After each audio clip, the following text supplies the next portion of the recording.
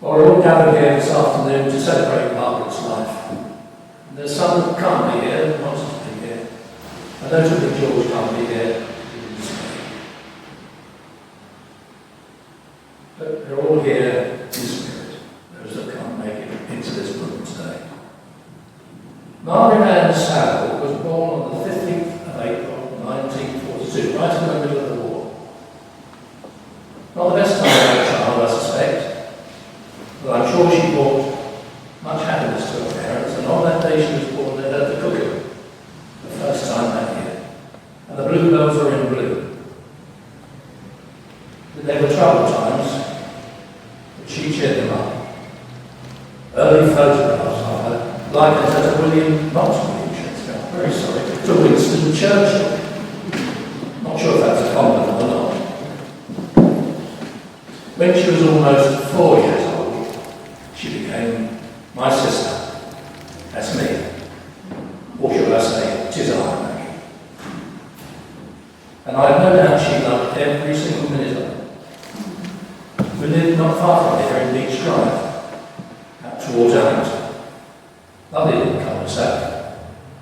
And every house had a child about our age, including our cousins who lived just across the road. We spent a lot of time playing in that road till dusk, and those memories are emblazoned on my mind. We got camps in the woods behind the house, and that was really fun. And I've looked on the map actually to see if those woods are still there. There's loads of houses from here right back to Beach Drive, but those woods are still there. Google tells me that. At this time, Maggie was a very caring big sister, especially if I was picked on by other kids in the road. She taught me to ride a bike, and it was her bike, so that was good. She led me there. She also tried to teach me the piano. I wasn't prepared to do that. We did make a duet with the chopsticks, but apart from that, I wasn't going to do the piano. But she did. She persevered.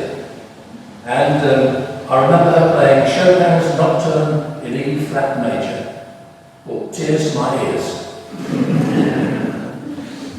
As it grew older, the house got a bit too small for us, and we moved to London Road, just driven past it in Chopin, on the way where we used to live. Orchards from the house right over to Bluebell Hill, Paddington Castle, not anymore, all houses. But we couldn't play on the road there. It's the A20 after all. Maggie attended St Michael's Infant School. Now that's just across there, I believe. Just across the road. And she passed her 11 plus. I went to the grammar school, the girls' grammar school. We also went to Sunday school regularly. For some reason, it wasn't here, it was at Union Street. We all went to Union Street, even though we lived just up the road. And why that was. She joined the Brownies and the Girl Guides at the church. In 1958, a long time ago now, isn't it? We moved to Ashford because my father got a new job down there. And it was while we were down there that Maggie learned shorthand, Pitman shorthand, they called it. And she got a good job as a secretary of one of the partners at Harrods in Ashford. She continued to be connected with the Methodist Church over there and Bank Street, and was a member of the youth club. She sang in the choir, and she performed in pantomimes. Her portrayal of Dandini in Cinderella was the pinnacle of her acting career, tights and all. Boyfriends came and went. Eventually she met Eric. Not sure what they got up to in those days, but they both enjoyed dancing. Trips to the Leeds Pavilion, Folkestone, and St Mildred's in Westgate were featured high on the agenda, it seemed.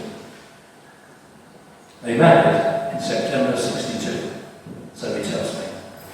Lived for a while in their home, family home in Kingsnorth Road in Ashford, and soon Margaret was not only a wife, but she was a mum. The Sue was born in January 1964. The family moved to Raymond soon after that, and Margaret became a mum for the second time. When Jude was born on Christmas Day 1965.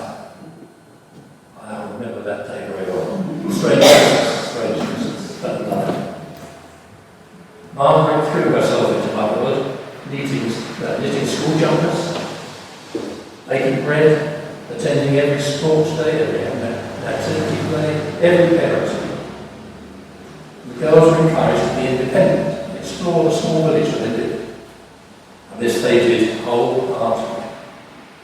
Margaret would not wince when the girls came home and presented her with a carrier bag full of lamb's tails from the newborn lambs in the spring. She would simply say, "How lovely! I'll put them somewhere safe until I can think of a use for them." And they would never be seen again. But when the girls made perfume by squashing flower petals in water, they would present the stagnant mix to Margaret, and she would dab it on each under each ear, and she would say, "It's lovely." The latest fragrance from Dior, she thought she was. She was a bold woman. In 1970, Aunt Margaret Anne, and Maggie became her sister-in-law. And over the years they grew closer, and she became just like a sister. In 1973, Andrew, my son, was born, and Margaret became an auntie for the first time. At that Christmas, after his birth, we had a family get-together over the Raymond, and I think it tested the hostess a little bit. You remember that TV? And but they got on pretty well after that. Family later moved to Maidstone, over around here. Ashdown Close, just around the corner, nearly part of it today. I couldn't find a space, so I went over that hotel. Margaret worked with Eric in the fledgling Black Light barbecue business. Eventually the girls sought their independence and left the nest, and soon was married to Ian on this very spot. Margaret, who had been sitting just about there where you are, Susan Mother. Indeed. She was probably sitting there, wasn't she? And she became a mother-in-law for the first time. Well, perhaps we will go down that route. But one thing for sure, Ian, she couldn't have had a better mother-in-law. Norwich, where are you? Oh, there, Norwich. Later, Margaret and Eric went their separate ways. Margaret married George, who she met whilst she was a volunteer for Mind. They moved to Clifton for a few years, where Margaret reconnected with her love of children by working at Palm Bay Primary School, a job she thoroughly enjoyed. In 1992, she became a grandparent for the first time, when Tom was born, and thereafter spent many years as a nanny seaside. As more grandchildren arrived at regular intervals, more went down. She so looked forward to their visits and often recalled the good times they had spent together on the sands and searching in the rock pools. At the same time, when living alone in her flat became too much for my mum, Margaret encouraged her to go and live in Cliftonville with them, and they cared for her until she died in 2004. And as some of you will know, my mum, Maggie's mum, would have been 111 today. They also took in language students for a while, and one Jose, whichever, I don't know, is still in touch with them. And he enjoyed his time with them so much that he affectionately called them King George and Princess Margaret. But when Margaret's asthma started to get worse, she and George decided to go live in Spain to see if the drive ever helped Margaret. She loved Spain. She'd always been a sun worshipper, and now she lived in it 365 days a year. She learned a bit of Spanish, and she tried to get me to learn it as well. One particular phrase she wanted me to learn was "La cuenta, por favor." Especially when we went out to dinner, I had to practice that quite regularly. I seem to get the bill every time. I don't know what's. They lived in an apartment on the coast for a while, but quite hilly up there really, and it became too much for them, and they moved to an English-speaking community about a lost beloveds. Not only did they speak English, but they had UK television. Maggie loved her television. That was great for her.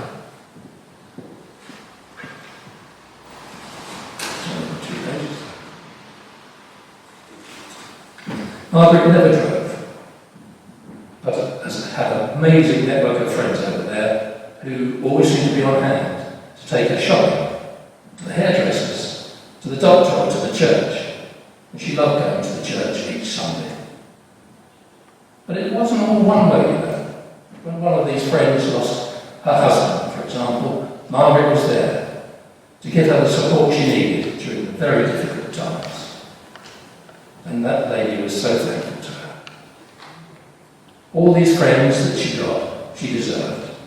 They were incredibly important to Margaret, and she was extremely grateful.